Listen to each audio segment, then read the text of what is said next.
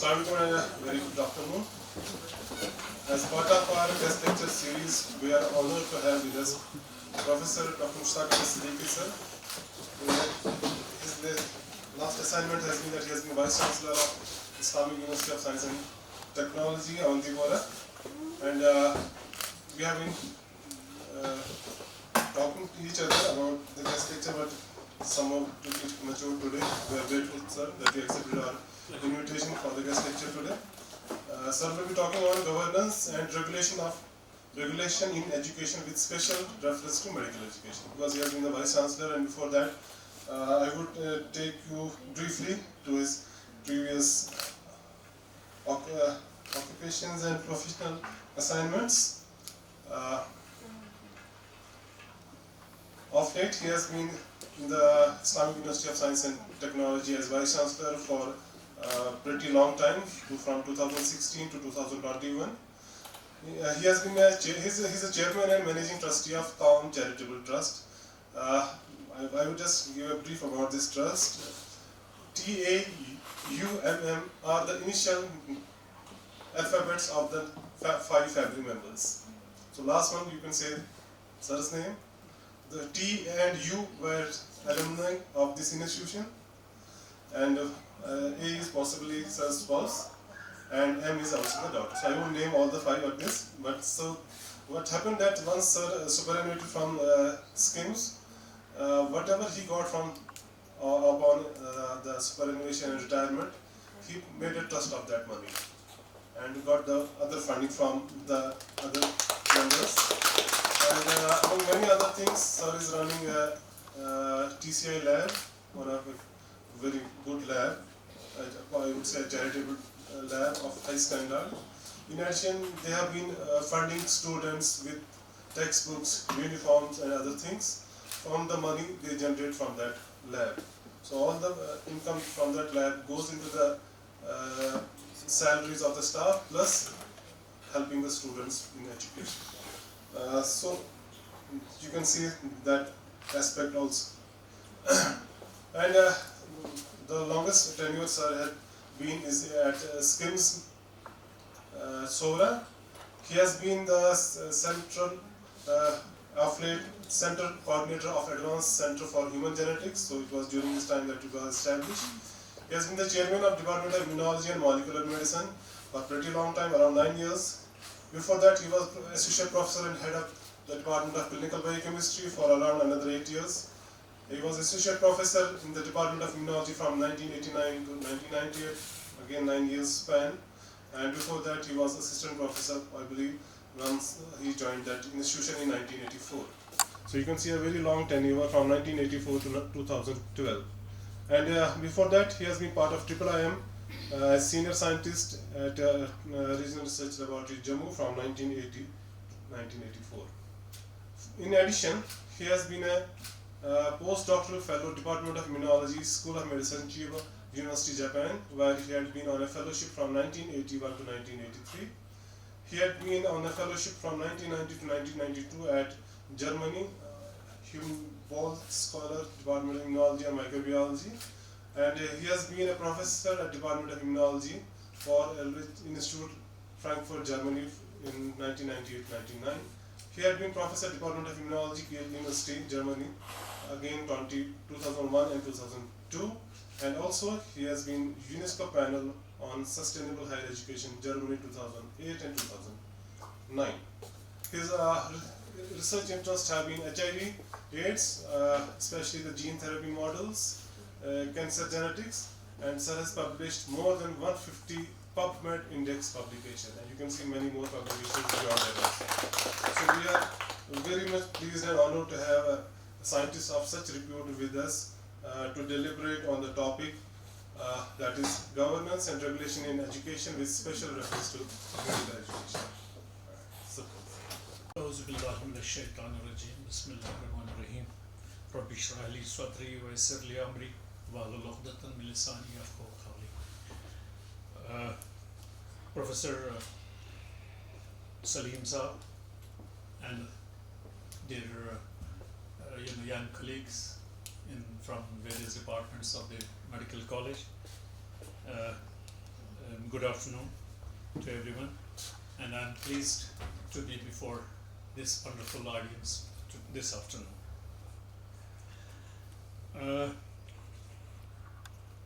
Basically, why I chose this topic is the governance and regulation in education. It has been bogging me down for the last, almost 20 years while I was working at SKIMS, but then I had a lot of, coming and going to Europe and Japan while I was working at SKIMS. So seeing two types of, environments for teaching, for research, especially in all the medical schools wherever I worked in medical schools, whether at Japan or in Germany. I haven't given the full because otherwise it will take you, 10 minutes to tell how many assignments I had. Totally, I've spent about 5 years in Germany and around 3 years in Japan, and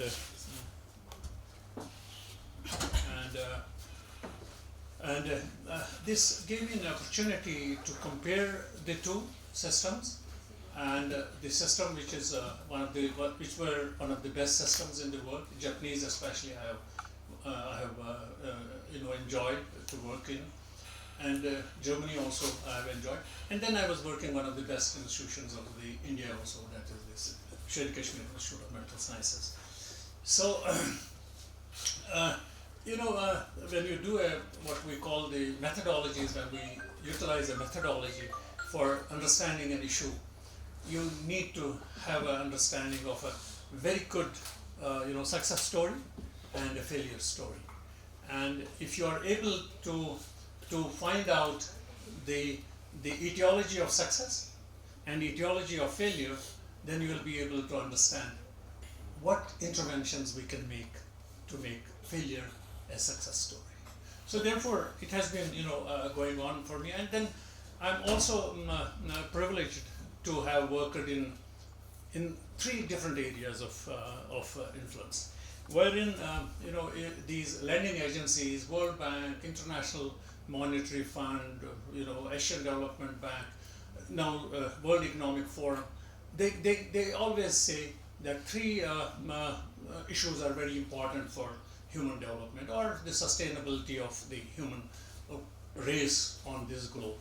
One is healthcare, so you need to be healthy, and second is education, so you need to think about how to sustain in the system, and third is the social protection. And social protection is always for the socially who are underprivileged class of people. So you need to do a hand holding of those, whether through government interventions or through the NGO interventions or the private interventions. So I'm lucky, and I have worked in the healthcare, and I worked in the hardcore education as a vice chancellor, and then as the chairman of the Tom Charitable Trust, I also have a very strong, I would say, understanding of how poverty is at least in Kashmir, and how poor people have to align their budget from their pockets in order to be healthy.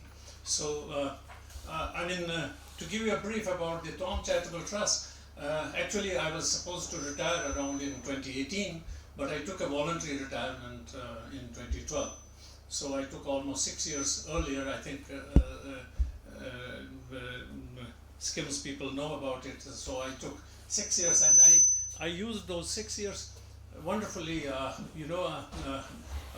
to understand the social structure of this place. And I also had I would say, a disadvantage. I came from an educated family who had not seen the poverty, underprivileged, issues, and all those. So these years allowed me to have that, because I made my trips to various places in Kashmir.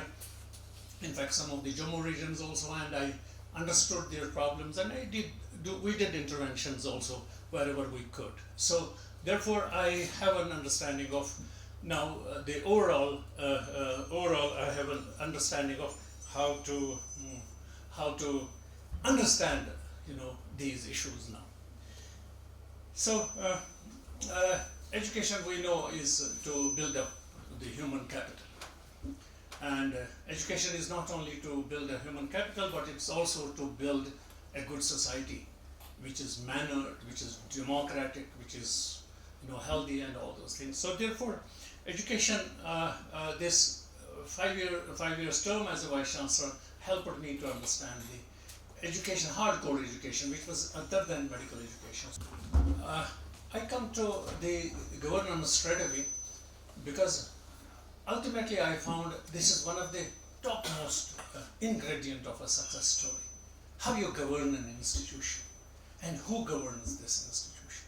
So I'll take you to some of my experiences, how we can actually make institutions better through a good governance, but for that you need to have a good leader. So therefore, I'll give you a couple of examples to highlight how governance can make a huge difference on the efficacy of an institution and how to address the basic objectives of that institution is dependent on the who is a leader and how the leader governs. I have made a story in my university when I was working there, that the story is excellence breeds excellence and mediocrity breeds mediocrity. If you have a leader who comes through an excellence, will always have people around him or her who are excellent people. And if the leader is mediocre, he will always encourage and breed mediocrity. So therefore, what is now important is if we really want to have the institution in the best hands, you need to create an excellent leader first. So therefore, if you might have heard about the National Education Policy 2020, it's a very common document nowadays. I'm sure medical students are not much interested for NEP, but there's a strong, I would say, chapter in the NEP, National Education Policy 2020, on professional education, which defines the medical education, agricultural education, similarly pharmacology, pharmacy education, and all of those are which come under the professional education. In my opinion, there are three ingredients of if you want to bring in excellence. One is the leader and the human resource. Leader and his human resource, which is around him. That means the faculty, non-teaching staff, and all that. Second is a very good infrastructure. And third is, what is the vision of that institution? These three are the ingredients of how we can think about good governance, good leadership, and a good, excellent institution. I went to Tokyo in 1981. I had finished my PhD in 1979, and I went to do a PhD, to do a postdoc fellowship under the Monboshu Scholarship, which is a Government of Japan fellowship. And I went there, and I was working for the immunology was a new branch. I was trained from the biochemistry, but immunology was a new branch which was coming up in the world, and I worked with one of the top immunologists of the world, who was Tomio Tada, and his name went at least for 3 times for Nobel Prize. Did not receive it, but he was nominated. That means he was, of that caliber. So through Tomio Tada, because I was his direct, postdoc, through Tomio Tada, who was a very brilliant scientist, but he was also very influential in the university that he was, I got an understanding of, during this 2 years time, 2.5 years period, I got an understanding how do they select a leader in the university. They call the president of the university, which is our equivalent vice chancellor. And you'll be surprised at how they selected the vice chancellor or the president of the university. Of course, they have a committee which looks They have a search committee. A search committee looks for people around, and then they, on the basis of their CV, they only get the 3 to 4 or 5 people who are shortlisted. But now these 3 to 5 people depends upon, if, for example, 5 people who are really coming on the same platform, and all these 3 to 5 people were supposed to go through different faculties and give lectures to students, to teachers, to non-teaching people. Some of the policies which we make in these drawing rooms are not implementable. They cannot be executed because the reason is they are, one of the topmost, one of the members in this national education policy, this committee was Professor Bhargava from Princeton University. He's considered to be a mathematical giant. He's a prodigy in mathematics. He was also one of the members of this. And I personally believe, instead of Professor Bhargava, if we could have a teacher from Kupwara or from Dahar's very remote area, because he knows the ground situation, how much it is. Because I remember when I took a very serious effort to understand the poverty in Kashmir. I went to some of the remotest villages. They didn't have blackboards. And many a times when we were trying to make medical camps through our trust, I would take at least 1 or 2 blackboards with and along with the chalks, because I would donate those to the schools, government schools, which were without blackboard, not to speak of whiteboard, not to speak of the digital media. So therefore, what is important is that some of the policies which have to be executed need to have a basic understanding at the ground, which was not happening in some of the, is not happening in some of this. So NEP, for example, is again another issue with which I have a lot of difference of opinion, is on how to integrate allopathic medicine with Ayurvedic, Unani, and other alternative medicines. I do not know how it will behave when a person who is from allopathic, and vice versa too. If any person who goes through the training, this is the NEP policy 2020. If any student who is undergoing a bachelor's in Ayurveda or Unani or Siddha, they are also supposed to be taught something about the allopathic medicine. So what we are actually trying to make, I'll be very difficult. It will be very difficult for me to. The only good thing about the NEP 2020 about the professional education is about it has a lot of emphasis on preventive health care, which probably a highly populous country like India needs to strengthen at the preventive health care level. And also there is a strong which has been now incorporated in the National Medical Commission also, NMC also, is that how we can integrate the family medicine. So now if we look at now I come now to the National Medical Commission, but we still have a very huge confusion there. Why I'm raising these issues is because to understand, criticism, healthy criticism is always good.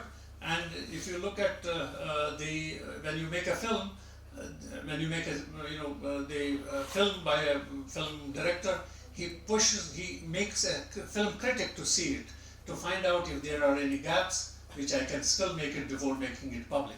So healthy criticism for NMC as well as NEP is always good, without because with the intention that our next generation should be receiving a good education. So therefore we still have the National Board of Examination, and we have the replacement of the MCI in the form of the NMC. This is a major loophole in the whole system. So now if you look at in Kashmir itself, we have now probably J&K, Union Territory has almost 10 medical colleges now. Instead, hardly a few years earlier, we had just 2. We have 10 medical colleges, including 2 AIMS. So it will be regulated by NMC. But now we have the district hospitals, sub-district hospitals. They are, starting these, national board examinations. So you will have a lot of mess around which is going on. And it was envisaged that there should be only one regulatory authority which could regulate, but still we are having, Then, the NMC also is supposed to lay down the policies for good regulation of this. So when we talk about governance, when I do not have an office to sit, when I do not have a classroom to talk, to give a lecture, when I do not have a laboratory to teach the students, I do not have a patient to teach the student, what kind of human resource we are actually creating?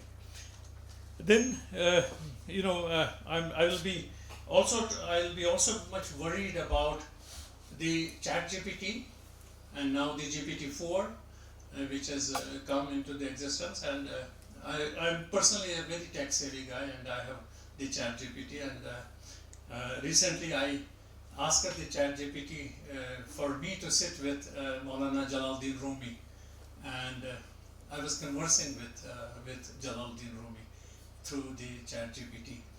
And this brings us to a very serious issue of what we call the ghost research, which is again another aspect of the regulation in the medical education. Ghost research will be now available, which is very easy now to make the publications, because even if you have not worked, for example, I have never seen the Maulana Jalaluddin Rumi. I never talked to him, but you can create yourself in a meeting hall, and Rumi is on the other side, Shams Tabrizi was on the other side, and it got by itself, It got by itself because it's already in the literature, Whatever is in the literature, this ChatGPT brings in, and whosoever, like his son Saad was around, his son by the name of the Saad was around. And this makes, people like me very worrisome. How is it going to affect our research capabilities, teaching capability? Because as Dr. Salim was telling me, that most of the students are resorting to an app reading, they download an app and subscribe to it, and they don't buy the books and they don't learn to do things.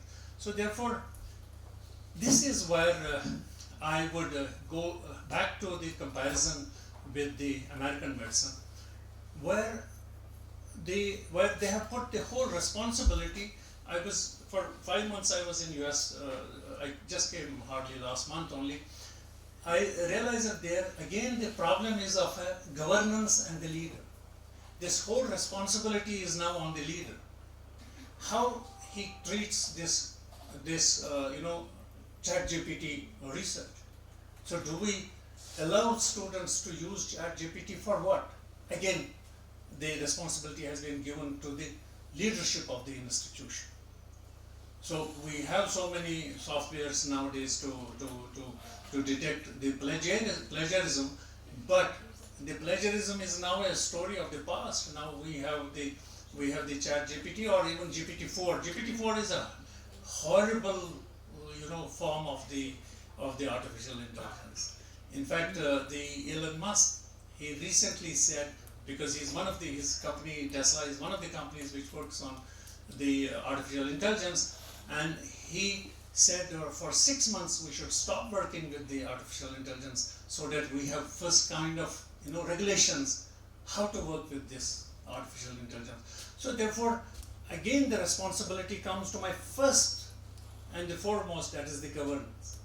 Who is a leader? Leader has to know what are the advantages of GPT, which are positive, and what are the negative. Otherwise, now for example, our all promotions from assistant to associate is dependent on preparation on the publications and all that. So ChatGPT or anything like GPT-4 will create kind of publications which will not have plagiarism, and it will be wonderful papers on the face of it. So therefore, again coming back to the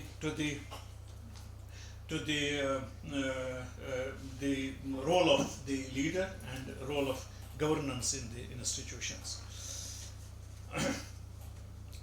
If you look at American medicine now, if you compare with this, we have a totally centralized system here.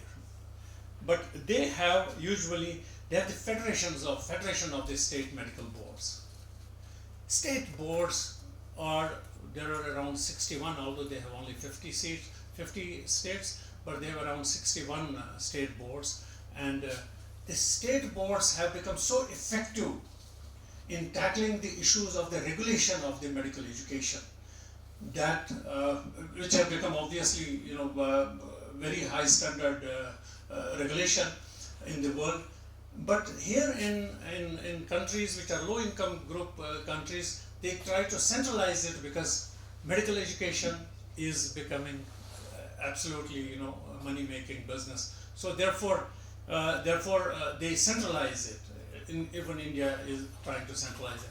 But if you now look at the success stories, they have decentralized it, and all the state boards are doing the function of like MCI or NMC in India. So therefore, again, because when you are at a state level, you have a smaller area to look at. You have fewer medical colleges. For example, if we get a lot of I would say powers in the state medical board of Jammu and Kashmir, you'll be able to do a better regulation of the quality medical education in these 10 medical colleges or AIMS, rather than an institution which is now having 680 medical colleges with around admissions to the tune of 1 lakh. So therefore, again, we have a lot of political interventions, political considerations for the regulation of the quality of this medical education, which needs to be addressed properly, which has a very strong, I would strongly propose that they should go to the state medical boards, and state medical boards should be empowered to regulate the quality of the education. Then, of course, another issue which has come up in the NMC is the privatization, which has almost almost been there since 1980. But what NMC is trying to envisage is to bring down the corporate sector hugely into the medical education. They are asking for, if, for example, tomorrow my Tom Charitable Trust is a profit-making organization, they can ask me straight away that can you open a medical college, which is probably not going to have a very strong effect on our doctors education in future, and it will also bring in issues of equity and the quality, obviously. So then I come to a very nice paper which I saw in the BMG, British Medical Journal, which again says that there is a rush, which is a very critical assessment of the medical education in India. There is a rush to shift the patient-doctor ratio of this time. 1 is to 1665 to 1 is to 1000. So this rush is going to make our situation very, very critical, and they are proposing to curb the 3 sectors in this is medicalization, then corporatization, and also the centralization, which I talked about. So in a way, I come back to the final this, because I want more to interact on with you. With the type of technologies that are available, with the type of the medical colleges, numbers of the medical colleges that we have, all this brings in a very strong focus in how we govern these institutions, how we bring in student as a stakeholder and a very serious stakeholder into the learning process, and how we bring in the patient care also into the process as a stakeholder. So all these things will be all dependent on one single factor, that is a good leadership at the top of it. I will stop it here only so that we can have more interaction, because I won't believe it in giving a unidirectional talk more since last several years. I'm more interested at how you can interact with people like me who have an enormous experience of handling education, handling healthcare issues, handling obviously the social sector. Thank you with these words. Thank you so much again for being here, for addressing us, and for sharing your experiences, which actually does convey the stark contrast that we see in the systems that are operating in the West and what we have here. Sir, my question is, because most of the part that we were talking about is about the institutions at a state level or at the central level. So I think when we're talking about governance and regulation, if I am talking about a class in my personal capacity that I am giving a lecture, so I would be a leader there for them. And so, as you put it, excellence begets excellence and mediocrity begets mediocrity. So how would I aim or aspire to get to that level of excellence where I can then govern, regulate, and lead them to be excellent as well? When we started teaching, I actually started teaching in 1984 when I joined SKIMS. So we started teaching that time. The type of teaching that we undertook that time was totally different. It was a classroom teaching with a board, at least we had whiteboards those days also there. But nowadays, students sometimes are more informed than a teacher. And I taught in Germany, therefore I will give you an example how they teach and how they generate interest in the students. I was mostly involved in colloquium teaching. I don't know, do we have a colloquium teaching in GMC? Colloquium teaching is a teaching which starts at 8 o'clock and ends up at 8 o'clock in the evening. And it's a 12-hour teaching usually, but it's not a must that everybody should sit for all these 12 hours. They come, they go, they have coffee, they have everything. But I have to complete a particular topic. For example, I was more teaching the T-cell receptors, then HIV/AIDS, all those things. So colloquium teaching, what I understood through colloquium teaching, the students were sometimes more informed than I was. They had more knowledge than I had. But it's a kind of a multilateral input. Even if I was less informed than another participant in this, but it was a collective teaching. But what was the net result? Net result was everybody who would participate in this lecture would get the best knowledge, even if I was having the less knowledge.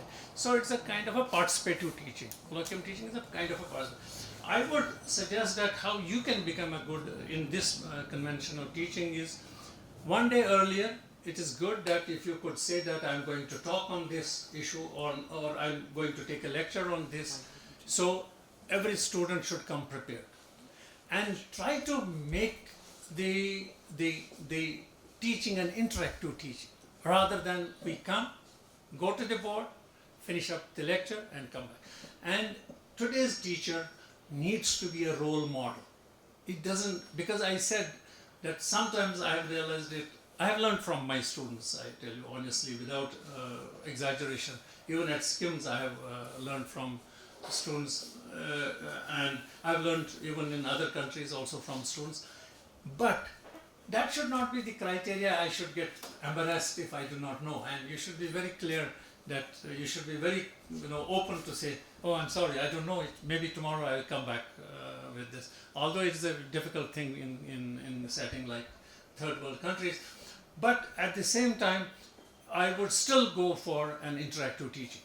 It should not be a unilateral and unidirectional teaching the way we usually have. And for that, you need to bring in kind of an interest for the student. For example, once you finish up a lecture, you will say that tomorrow I'm going to talk on this, so come prepared.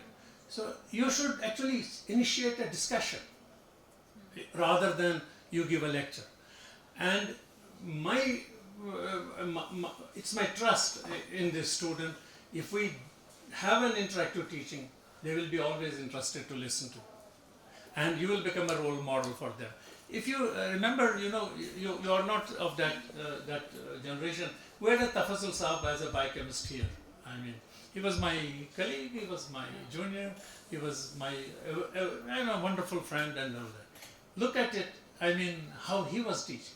I don't know if anybody has been a student of Yarbi. So he was a great teacher, although he didn't have even a PhD. I tell you, we were having a lot of PhDs, and I had postdocs and all that.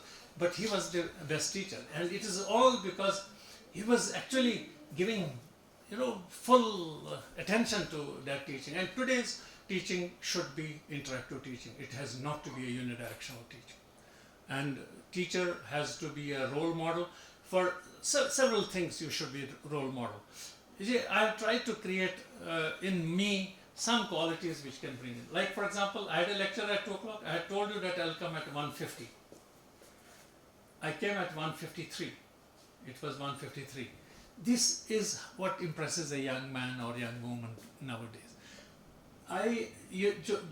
In my university, Vice Chancellor is a big position, in a university. He's a demigod. Because his word, it's a constitutional position, it's a statutory position. When we say something, it's a law there.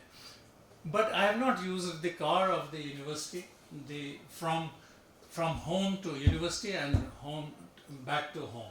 I have not used it for other social functions, and I have stopped myself. So I created a kind of a, I would say discipline. And then, if you look at, we had around 5,000 students. I was openly interacting through emails with them, or this. If there would have been an election, I would become a kind of an MLA if these were the electorate, these 5,000, because I was trying to create interest in them to talk to me, and I would give them. So therefore, you have to position yourself as a one of them, rather than higher than them. So interactive teaching would make you a really good leader, and I'm sure if some of you have not started it, start with this interactive teaching, wherein you can tell the student, I'm going to talk, and come prepared. And don't teach them the way you are teaching. You just initiate with a prologue. This is this, this is that. Now tell me. This is also called as, even in the West, it's called as flipped classroom. So student becomes a teacher. It's a flipped classroom. Student becomes a teacher. And I have actually tried it in SKIMS in some of the areas, with some of the students. So that could, maybe that satisfies you? So with regard to the assessment, we tried some innovative things, and one of them backfired also. That became a news. Mm-hmm. So what we did an open book examination. I did see that in the newspaper. So that came in, that backfired. But we later also enhanced it to the open book and open net system. And I would be sharing that only 50% of students could pass by using the books as well as the internet. So we need to change our assessment practices. We don't need to mug them, ask students of those, just remember those things without going into their mind and applying those things. So we need to change both the teaching method as well as the assessment techniques. True. I do agree. And this open book and open net method is now prevalent amongst most of the European universities. They actually we should have a continuous assessment, and if the continuous assessment is there, that will make things much better. I don't know how close you have a continuous assessment in US and European universities are after every week when you complete your lecture or in a particular topic. So you assess a student and forget about it. then you don't have to have another final exam. If, in my opinion, you have more boards which are empowered, then things will be better, which will look into this assessments, continuous assessments, and they should be independent than what actually an Assam board will be able to do it. For example, you are thinking here, yes, we should have a weekly assessment, it should be implementable here. But if somebody thinks, no, there should be a yearly or biannual systems of assessment, they should do it, but whatever suits a particular state should be executed. That's my take on that. NEP, even National Education Policy, has a lot of holes still, which are gaps which need to be filled, and I'm sure because the way NEP was actually initially, when if you look at the recommendations of NEP, then these professional bodies had to go away. NMC was not to exist. It had to have within the UGC, it had to have one board which was looking for professional education medicine, professional education agriculture, pharmacy, but UGC would be the overarching organization which had to look after that. But ultimately, NMC is a replica of MCI. Now we are facing challenges from two sides. One side, challenges from the students, wherein the students now are more interested in basically preparing themselves for the NEET examinations, PG NEET examinations, which they have to have after 5 years. So their entire focus, rather than learning skills of medicine, their entire focus is on preparing themselves for the PG NEET examination. So that's one challenge that we face. Second challenge that we face is from the administrative part, wherein you see people in the administration, they will want the hospitals to be running very nicely so that the population does not have any complaints about the hospitals, and thereby the academics has taken a back seat. So we have problems from the student side as well, where they don't want to learn what we want to teach them, and from the administrative side as well, where we don't get that much support that we need. Where in a medical college, academics should have had that should have been the primary responsibility of the medical college. Now, because of more focus, which is a due focus on hospitals, I would say, but because of more focus on hospitals, we don't have too much focus on the academic part as well. How are we going to what are we going to do in such a situation? It's a very complex situation, obviously. I mean, now you have an administrator on the right side. I'm sure how much pressure he must be having from the government to run his all these hospitals, which are associated hospitals of the medical college. It must be a headache for him also. It must be a difficult time for him also. Before you proceed, I'll just share some information with you. Firstly, I'm privileged to be here and welcome I will start addressing him as a medical celebrity. My teacher, once I was in my days in schemes, he was my teacher, and then he achieved a great moment once he became Vice Chancellor of IUST. Thank you. So I am thankful to the Department of SPM to have invited me here.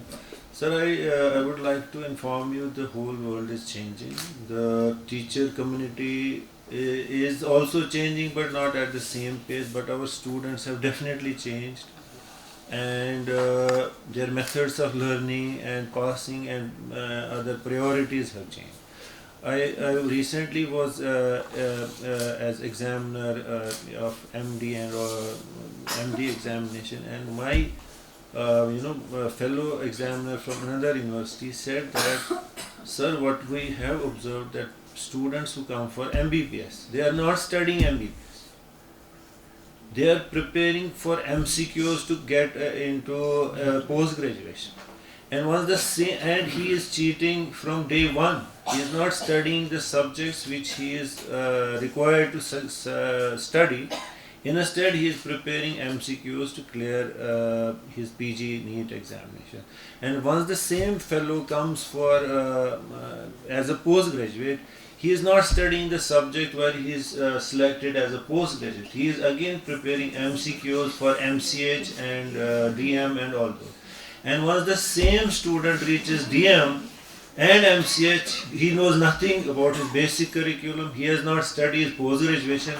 Now, obviously, he is not going to do well in his super specialty.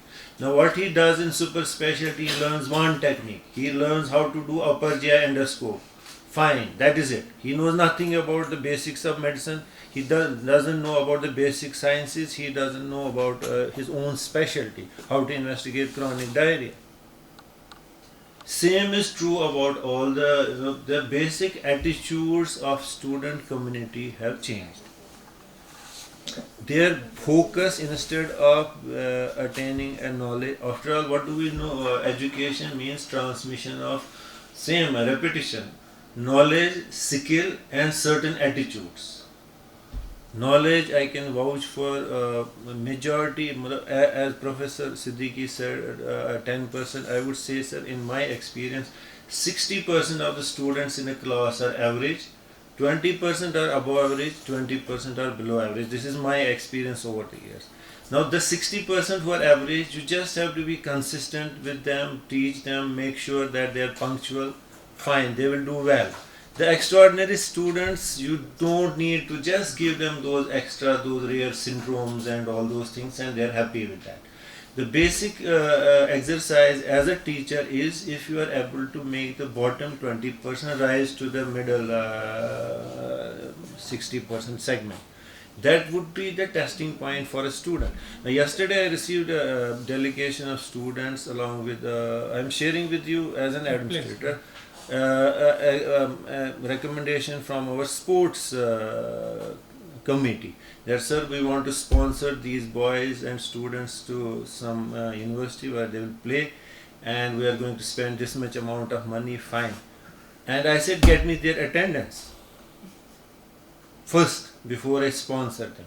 They are having 30% attendance. They have not attended classes and they are going for extracurricular activities. So I told them I will sponsor only those students who have at least 80% attendance. Then they can go for extra. Their basic curriculum they are not attending. So in the current scenario, I would request, I will see to you as one of the planners, that the planners have to now plan education policy which is based on outcomes of teaching. You see, I'll come back to this. Is another issue, especially in. For 2 years I was on the UNESCO panel for higher education. We were coming from the third world countries, vice chancellors, and we would interact with the first world countries vice chancellors. It was a 21 days program. 1 year I was in Germany and 1 year I was in France. So 3 weeks time. So actually, the first world science or first world education is totally different than the third world education, and we realized it. And most of the times when we are talking about that, we are, I'll come back to your question, which will be possibly addressed through this, my experience also, is that third world country, whether it is India or it is Sudan or it is Ethiopia, they have the same kind of education. They do not have, because there is a lot of politics into the education. Because now we are seeing it, how the governments which come into the power, how they change our textbooks, how they change our curriculum and all that. So therefore, third world countries have a major issue which we need to address. That is a societal pressure, peer pressure, to become a doctor, to become an engineer, to become this. So this tendency of a undergraduate student to prepare for postgraduate and for postgraduate to go into a postdoc degree, this is a peer pressure education. I call it, it's a compulsive education, it's not the Bible. While as if you look at in the first world, most of the doctors who were doing good practice, they moved out of the medicine and they moved to economics because it didn't interest them. So first world education is totally different than the third world education. Third world, in our case, my father is the decision maker what I should do, not by my choice. And I remember exactly, I tell you, a good friend of mine, Mark Phillip, he had a degree in medicine and he opted at the age of 40 to economics. Because I asked him, you were thriving, you are having a thriving practice. I mean, he was, making good amount of money, but he said it didn't interest me. So he moved to economics. So my point is that this will continue. We cannot change this society unless and until we have a lot of societal changes, wherein we will also encourage our ward, our child, to have the choicest, of the profession of his choice or her choice, which is not happening in countries which are third world countries.